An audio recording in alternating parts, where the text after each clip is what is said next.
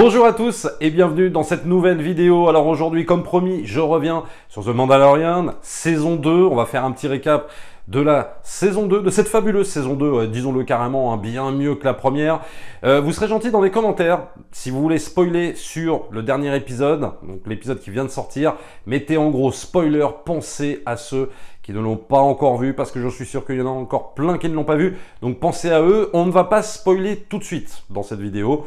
Là, je vais commencer par faire un petit récap, vous dire ce que j'ai pensé globalement de cette saison 2, et ensuite, je rentrerai un peu plus dans les détails, je vous dirai à quel moment je spoilerai donc ce dernier épisode de Mandalorian. Alors, pour tout vous dire, il est vrai que cette saison 2, on sent qu'il y a beaucoup plus de budget, on sent que les réalisations sont beaucoup plus finies, sont beaucoup plus abouties, il y a beaucoup plus d'ambition même, il y a toujours évidemment du fanservice, mais après tout, on est fan, on a envie effectivement d'avoir des choses pour les fans, c'est tout à fait normal, et on va abandonner un peu ce concept, ce système de ce qu'on appelle les 4 FedEx, quoi. C'est-à-dire, voilà, un épisode, je fais une mission de sauvetage, et puis rendez-vous au prochain truc, avec une mission qui n'aura rien à voir avec la précédente, etc., etc. Donc, on va avoir un petit peu ça dans cette saison 2. D'ailleurs, le premier épisode de The Mandalorian commence comme ça, par rapport à cette saison. Et puis, on va avoir, un autre épisode un peu pareil. Et puis, d'un seul coup, l'histoire se met véritablement en place.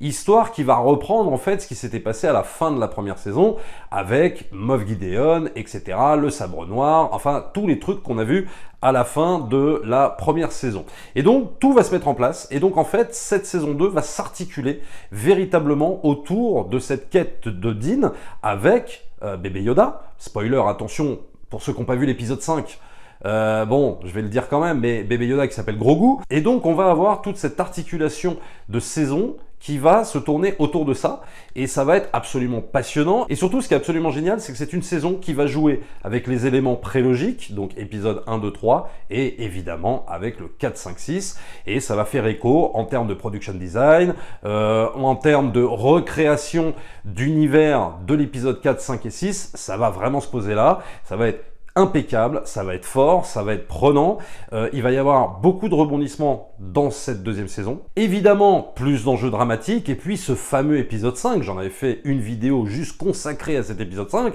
réalisé par Dave Filoni qui pour moi a absolument tout capté à Star Wars, et donc cet épisode 5, où on voit le retour d'Ahsoka Tano, on va voir plein de choses comme ça, et donc c'est pour ça que je dis que ça joue aussi avec des éléments prélogiques, tout en imbriquant également les éléments de la trilogie originale, épisode 4, 5 et 6. Il y a aussi, et c'est vrai que j'avais pas pu en parler, le fameux épisode, je crois que c'était 2 épisodes avant celui-ci, l'épisode réalisé par Robert Rodriguez. Là, vraiment, faut saluer quand même le réalisateur. Moi, je suis pas tout le temps fan de ce que fait Robert Rodriguez, mais là, j'avoue que pour cet épisode-là, franchement, il a mis les bouchées doubles, c'est impeccable. On donne aussi de l'épaisseur à Boba Fett, mais ça, on va y revenir un petit peu plus tard. Et le truc, c'est que vraiment, il a absolument tout pigé aussi. C'est pas le même genre de réalisation que Dave Filoni, bien entendu. On est dans quelque chose de beaucoup plus épicé en termes d'action, beaucoup plus ouf en termes d'action, avec toute cette baston, avec les Stormtroopers et tout ça. Mais c'est vrai que c'est extrêmement efficace, donc on va avoir aussi des révélations de personnages, ce n'est pas que de l'action, et surtout, ce ne sont pas que des épisodes stand-alone qu'on a pu voir un petit peu dans la première saison. Et moi, je vous cache pas que j'avais été un peu échaudé par la première saison, parce que pour moi, c'était un peu que ça, quoi, The Mandalorian, et ça me posait un réel problème en termes d'histoire, quoi. Et là, vraiment, je ne peux plus rien dire, parce qu'effectivement, on a une réelle continuité dans l'histoire, on a vraiment ce fil rouge qui s'est dessiné. C'est pas bien compliqué, l'intrigue de The Mandalorian. Elle est même très mince, elle tient presque sur un ticket de métro, j'ai envie de te dire. Mais c'est pas l'important. C'est-à-dire que, effectivement, c'est beaucoup moins compliqué que la prélogie, bien sûr. C'est peut-être même un peu moins bien compliqué que la trilogie originale. Mais bon, la trilogie originale n'était pas très compliquée non plus. Là, en fait, on reprend, si tu veux, la simplicité dans la façon en fait, de narrer une histoire Star Wars. Faut pas oublier que le 4, 5, 6, c'était même assez manichéen, et je trouve que finalement, dans The Mandalorian, on retrouve un peu cet esprit-là, un peu moins l'esprit prélogique, puisque la prélogie était un peu plus complexe, puisqu'il y avait l'aspect politique en plus, mais là, on retrouve vraiment, je trouve, cette efficacité de narration inhérent à la trilogie 4, 5, 6, quoi. Alors maintenant, on va pouvoir rentrer dans les spoilers. Attention, si vous n'avez pas vu le dernier épisode diffusé sur Disney+, vous quittez la vidéo et vous reviendrez me voir après. Attention, je spoil. 3, 2, 1... un sabre laser vert, un homme encapuchonné comme dans le Retour du Jedi. J'ai nommé le retour de Luke Skywalker, mes amis, et ouais, et ça fait vraiment plaisir. Alors, c'est quelque chose dont je me doutais fortement puisque ça avait été plus ou moins teasé dans l'épisode 5, même si on parlait d'un Jedi, donc évidemment, tous les fantasmes ont été permis. J'en avais parlé d'ailleurs dans la vidéo, en tant que théorie, j'avais dit, je pense qu'on reverra certainement Luke, ou bon, j'avais émis une théorie, quoi. Et puis, pas mal de gens m'avaient dit, ah ben non, tu rêves, il n'y aura pas Luke Skywalker, et puis de toute façon, on ne pourra pas le revoir parce que c'est pas dans la même timeline que la postlogie, etc. Et moi, dans ma tête, j'avais pensé, mais on pourrait le revoir plus jeune. Et en fait, il y a 2-3 jours, j'ai imaginé, effectivement, alors pas cette fin telle qu'elle est mise dans l'épisode, mais en tout cas, le retour de Luke rajeuni, puisque c'est la grande mode depuis un certain moment de prendre des acteurs et de les rajeunir. Et j'avais imaginé Mark Hamill rajeuni dans une séquence de The Mandalorian, et hop, ça a pas loupé, on l'a vu, et franchement, je trouve que ça le fait. Alors, c'est pas encore tout à fait parfait, mais honnêtement, je trouve ça plus réussi que les visages de Leia dans l'Ascension de Skywalker et également dans Rogue One. Mais franchement, ça le fait carrément. On a vraiment l'impression de retrouver Mark Hamill. Et je vous cache pas que quand je l'ai vu, même rajeuni, j'ai vraiment explosé de joie parce que c'est vrai que le voir dans les derniers Jedi, ça me faisait un peu plus de peine qu'autre chose, même si c'était un rôle intéressant et qu'évidemment, il était plus vieux. Mais vraiment, j'ai trouvé que là, il était vraiment bien exploité, ça faisait vraiment écho avec le Retour du Jedi, vraiment, on avait une véritable continuité en fait avec la trilogie originale et c'est absolument fabuleux de le revoir. Et puis, le fait qu'il récupère Grogu, bébé Yoda, ça fait sens bien évidemment. Et alors, quelle fin magnifique! Et alors, quelle fin émouvante quand Luke prend Grogu et que tu as le Mandalorian qui, pour le coup, enlève son casque. Là, cette fois, on voit son visage et qu'il le voit partir au loin, mais c'est super émouvant, vraiment, tu verses limite une larme, quoi, avec ce passage de flambeau, en fait, un petit peu, Grogu qui va dans les bras de Luke, et Luke qui part comme ça, et qui va certainement l'entraîner. Alors, il est dit, évidemment, que, normalement, le premier apprenti de Luke, c'est Kylo Ren, si je ne me trompe pas, et donc, que va-t-il se passer avec ce bébé Yoda? Va-t-il quand même l'entraîner? Est-ce qu'ils vont faire est-ce qu'ils vont trafiquer un petit peu l'histoire pour qu'on voit Luke entraîner bébé Yoda?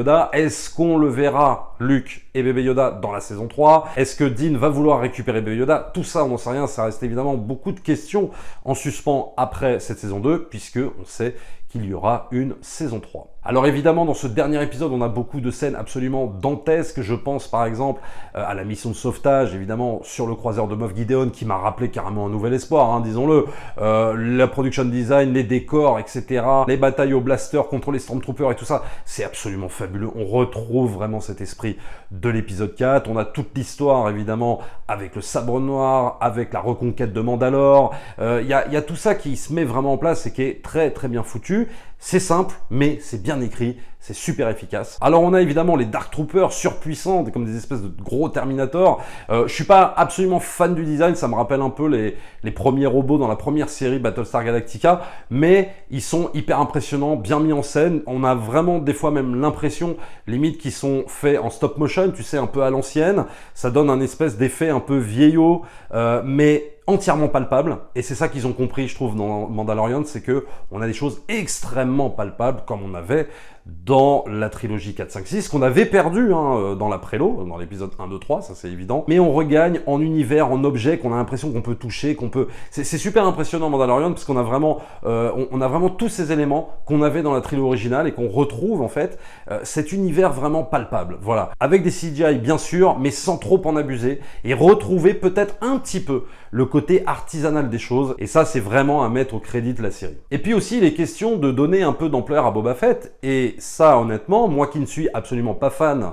de ce personnage, vraiment j'ai jamais compris, honnêtement je le redis, j'ai jamais compris la hype autour de ce personnage, surtout à l'époque du Retour du Jedi, je veux dire on le voyait pas très très longtemps, et après on va dire que George Lucas l'avait quand même exploité évidemment dans l'Attaque des clones avec le père Jango Fett.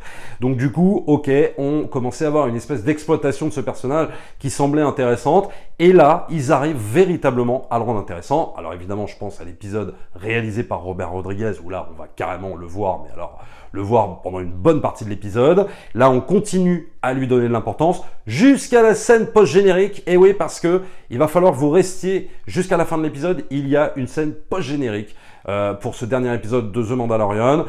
absolument génial, où on va retourner en fait au palais de Jabba the Hutt, où on va retrouver Bib Fortuna, bah oui, puisque Jabba n'est plus là, Bib Fortuna assis sur le trône, et puis on va voir Boba Fett arriver dans le palais de Jabba, le palais de Jabba qui est superbement reconstruit.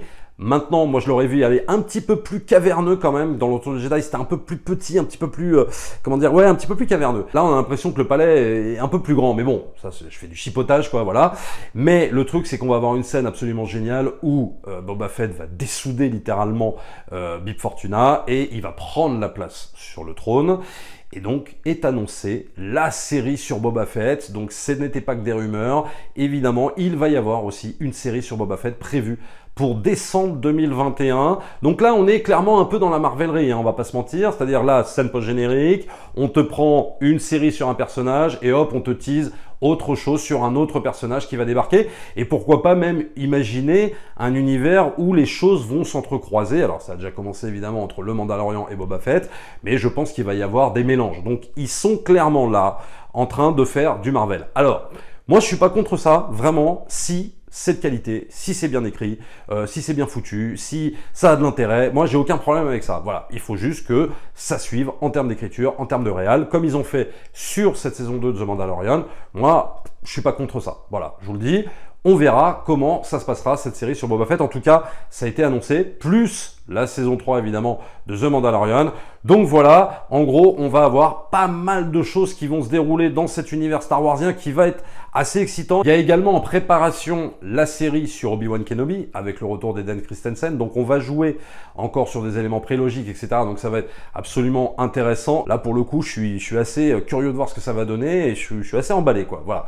Et on verra Boba Fett, on verra aussi les autres séries, on verra s'ils ont d'autres choses à raconter. Mais pour l'instant, bah, je trouve que voilà, c'est plutôt bien, c'est pas la meilleure, la plus grande intrigue qu'on ait vue dans une série télé, mais très franchement, pour un Star Wars, je trouve ça bien fait, en tout cas cette saison 2 de The Mandalorian, il va falloir qu'ils continuent là-dedans, dans cet esprit-là, je ne sais pas trop ce qu'ils vont pouvoir raconter, est-ce qu'on va revoir Luke, est-ce qu'on va revoir bébé Yoda, est-ce qu'on va revoir, voilà, comment va se dérouler cette saison 3 de The Mandalorian? On peut en attendre beaucoup. C'est vrai que là, il y avait vraiment beaucoup de qualité. J'espère qu'ils reprendront les mêmes réalisateurs. J'espère que Dave Filoni va de plus en plus mettre son grain de sel dans la production de The Mandalorian et pourquoi pas même sur Boba Fett et pourquoi pas même sur Obi-Wan Kenobi. Moi, je serais vraiment, je lui ferai confiance, quoi. Hein. Vraiment, c'est un mec que je prendrais quasiment pour toutes les décisions maintenant sur Star Wars. Je pense qu'il fait énormément de bien à Star Wars, même si c'est vrai que c'est Jon Favreau qui a un peu chapeauté évidemment l'ensemble de The Mandalorian. Et si je l'ai critiqué beaucoup au début, notamment sur la première saison,